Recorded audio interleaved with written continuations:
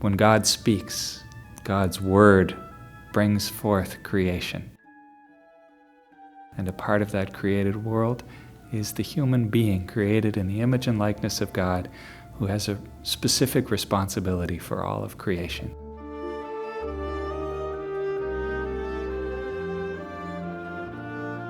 God has created us, especially us in His image, so that we can see His creation with His eyes. And a life that is close to the land, the animals, the plants, in a very special way we become close to ourselves, but we become close to the one who created all that, to God Himself.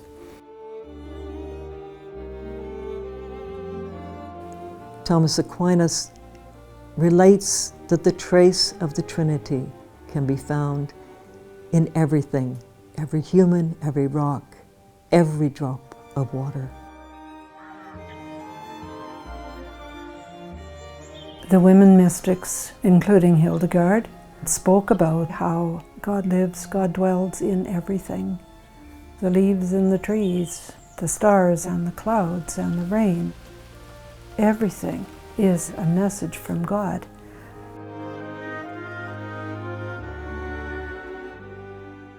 Hildegard of Bingen, who's recently declared a saint and a doctor of the Church, has so much writing on the cosmology, how she views the world, and how she understands the human being in relationship with that world and God. But even modern day, especially Thomas Merton, we also see in his writing a very clear connection between who the human person being is and who we are within the greater scheme of things.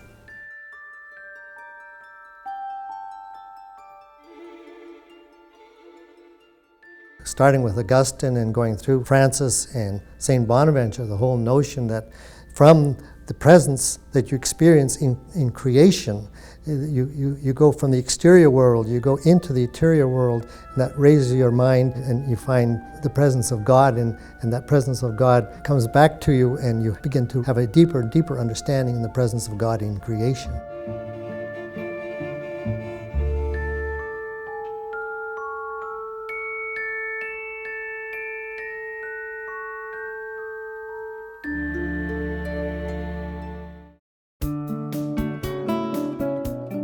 So the first of the themes is that human beings are created in the image and likeness of God, and says that when we really lose sight of that, we can distort any effort we try to produce in relation to serving the environment.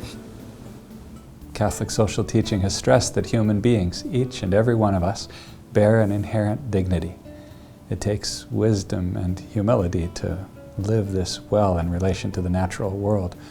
We are not called to dominate the natural world, nor do we absolutize nature. Nature doesn't totally define who we are. Nature is not God, we're not God. God has authored it all. Pope Benedict speaks of respecting the grammar which God has inscribed in creation, giving us the role of stewards. We can't abdicate that responsibility. It's ours to live out daily. And as we care for creation, we realize that God, through creation, cares for us.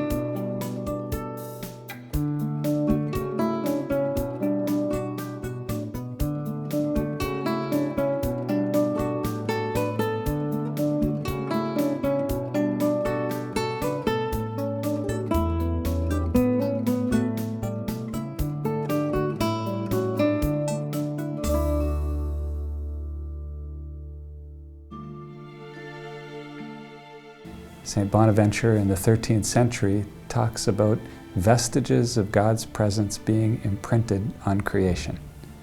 Our recent popes have deepened this long tradition by speaking of our calling, created in God's image, to be especially attuned to God's presence in other human beings, but also in our surroundings, in all of creation.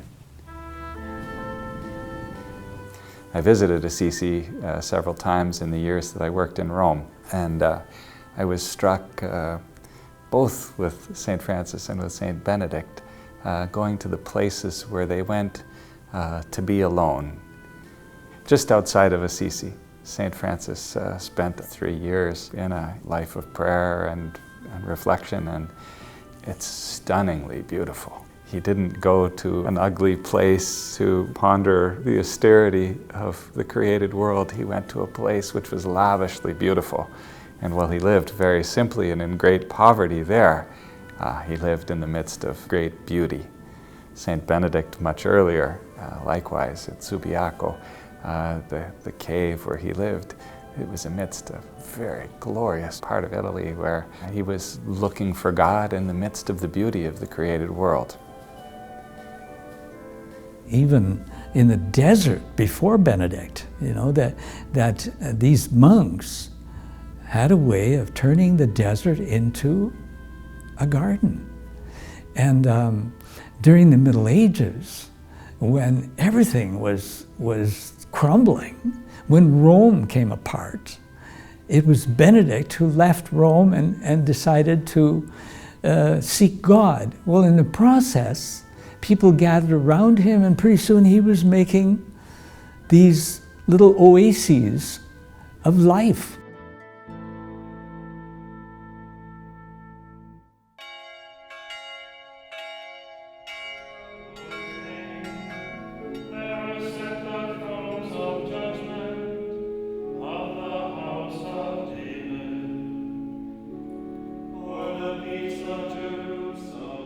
As monks, we try to work with the land and nature to provide a harmony. That's one of Benedictine traits, is to live in harmony or balance with creatures and things around you. The Benedictines here on the prairies embody a way of living our faith in relationship to the land and their farm, and the influence they've had on farming has been great for all of us. In Benedictine life, there has been some relationship always with Benedictine monks and the land. Benedict has always talked about taking care of what you have, even like vessels of the altar, whether it's plants, animals, or household things. My personal relationship with nature has been with me pretty much all my life. I suppose it has increased when I was a young adult, seeing how we are ruining our environment, ruining our small communities. I feel that I had to do more in creating a better care of our earth and our well-being with nature and the land. We've turned to organics about 11 years ago, trying to improve the soil productivity with natural methods of the earth that create a better environment for growing agriculture or farming. With Jim Tournier, we've been involved with the process from seed to seed. The initial invitation was because a group of monks within the monastery, I think 4 or 5 men, decided they wanted to certify the abbey grounds, 100 acres around the abbey, as certified organic. And again, there's this dream that we could provide most of the food that the abbey and the guests consume and see. I mean, a place of welcome. St. Peter's Abbey, producing all this local, non-chemical food for their consumption. So this is the area where most of the gardens where we work are. You can see the fairly common vegetable crops: lettuce, beets, peas, summer turnips, green onions, parsnips, and more peas. The garden goes that way quite a ways. And then farming is simply cooperating with the earth to produce food for us. It's not something like a manufacturing process. The earth is wonderfully giving and fruitful, and if we're willing to work with what we're given, there can be abundance and enough for everybody. We are part of God's self-expression and part of God's care for the environment, for the world. It is our home, and it is part of our human responsibility to care for the world.